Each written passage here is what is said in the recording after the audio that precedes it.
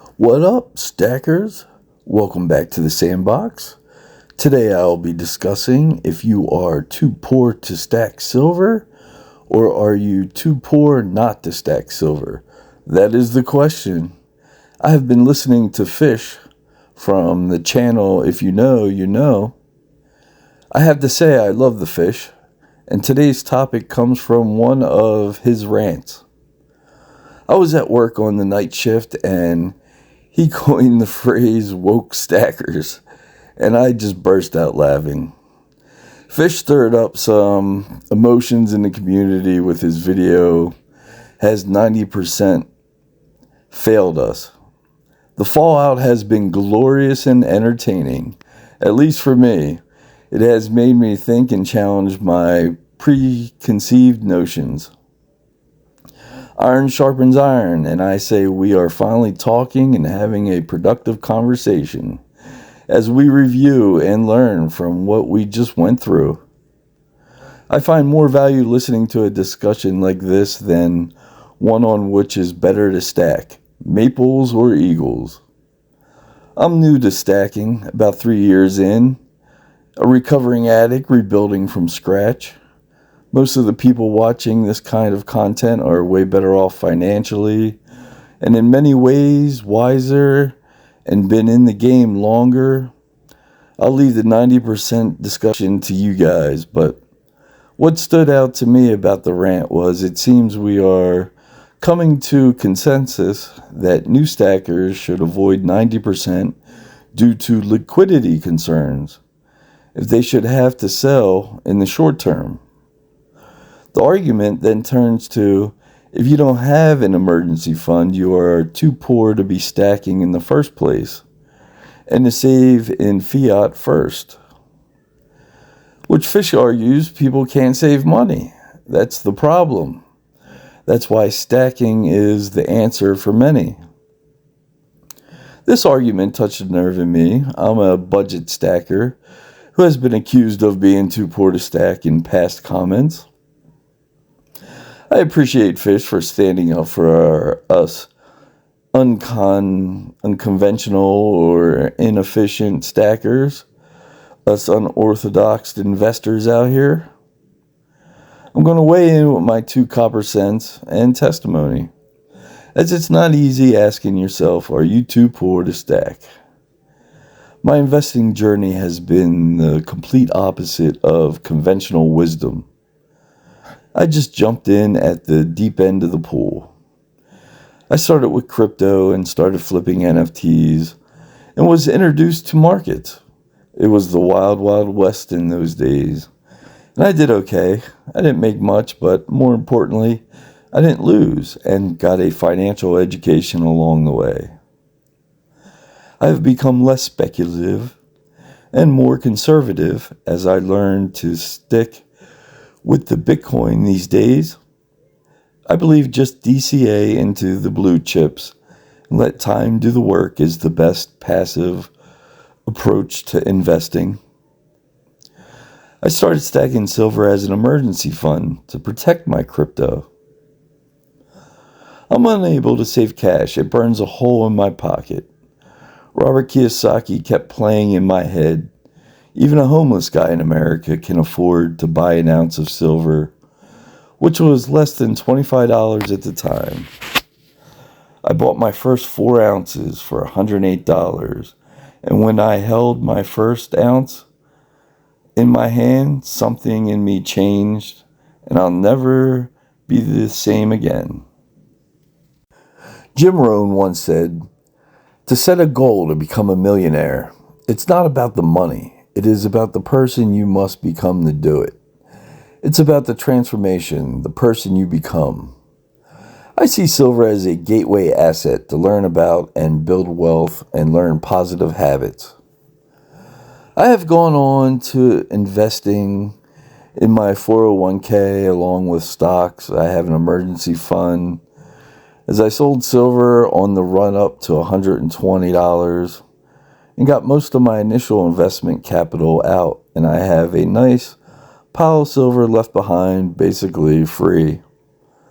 I'm now luxuriously poor. I have money in my bank account. I no longer check my banking app 100 times on payday, waiting for my check to get deposited. I don't check prices in the grocery store. I buy what I want. I recognize this was a once-in-a-decade opportunity with silver. I got very lucky with the timing. The point I'm trying to make is a person can't stay in zero asset mode forever. You got to jump in and get your feet wet and learn from your mistakes. For me, wealth is built by stacking habits first, then assets. The book The Richest Man in Babylon gave me the foundation to invest. Live below your means. Pay yourself first. Get control of your habits, your wants, and wealth and assets follow by consequence. Looking back, was I too poor to stack assets, whether it be Bitcoin, metals, or shares? The answer is yes. But two things can be true at once. I was too poor not to stack as well. The true value is not in the ounce of silver, but in the person you become by putting off instant gratification for a better future. The person you have to become to hold on to it. That is where the true value of stacking or investing is. Stacking is a mindset. You rewire your brain when you begin to stack or invest. I will argue it is better to have stacked and lost than to never have stacked at all. If anything, you get an education in liquidity and spreads. Chalk it up to tuition.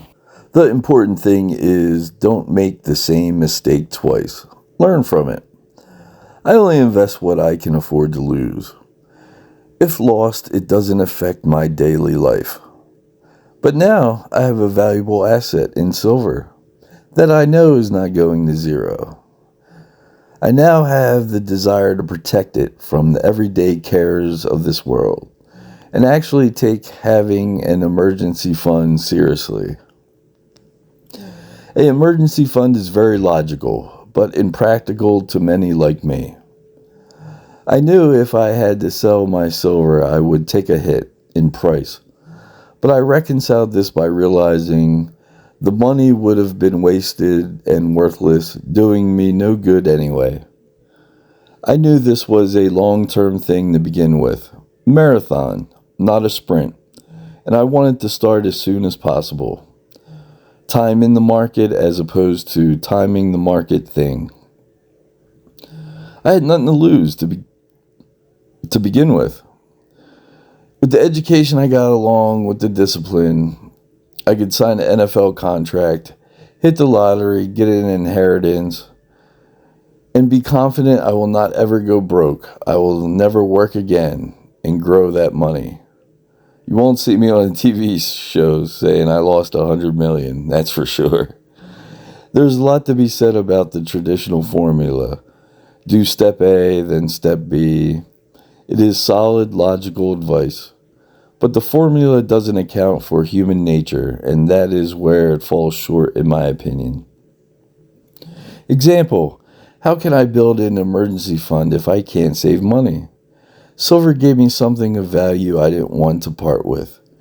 It became the precious. Of course, if you have credit card debt paying 24% interest, you should address that first before buying silver. You're just bleeding out and need immediate attention, and silver is not doing you much good at that point. Silver is more of a store of value than a wealth builder. A poor person should weigh the opportunity cost that comes with metals. But you're poor, you probably never even heard of opportunity cost, let alone understood it. In my opinion, silver is the Swiss Army knife of investing. Silver can be used as insurance, savings, investment, store of value. It is a gateway asset for us degenerates. The poor man's gold, it is called by some for good reason. It is a accessible market for the most part and a safe market to learn in. Technology has torn down the barriers to investing for the common man for good or for worse. We are now betting politics in every minute of a sporting event. But not long ago, for a person like me, investing seemed impossible and full of barriers. Fish used to go by the name inefficient stacker. I love that as a concept. The inefficient stacker slash investor. There's a lot of wisdom in that concept. You got to just get in the game and start making moves and learn from the mistakes. Buy what you can when you can. Stack the frack. It seems maximizing profits or taking profits and 90% silver are the polarizing topics in the stacking community these days. We are all winners for stacking and ahead of our peers. We are better people for it. We all deserve a pat on the back. With the recent rise in silver and all we are witnessing now, it is time to reflect and correct course if needed. I'm questioning everyone I listen to, every preconceived notion I've had, asking was I in an echo chamber, going over every mistake I made in the pursuit to get better and take better advantage of the next opportunity. I will be better prepared with pawns and frontline soldiers, aka the liquidity stack, moving forward, that's for sure.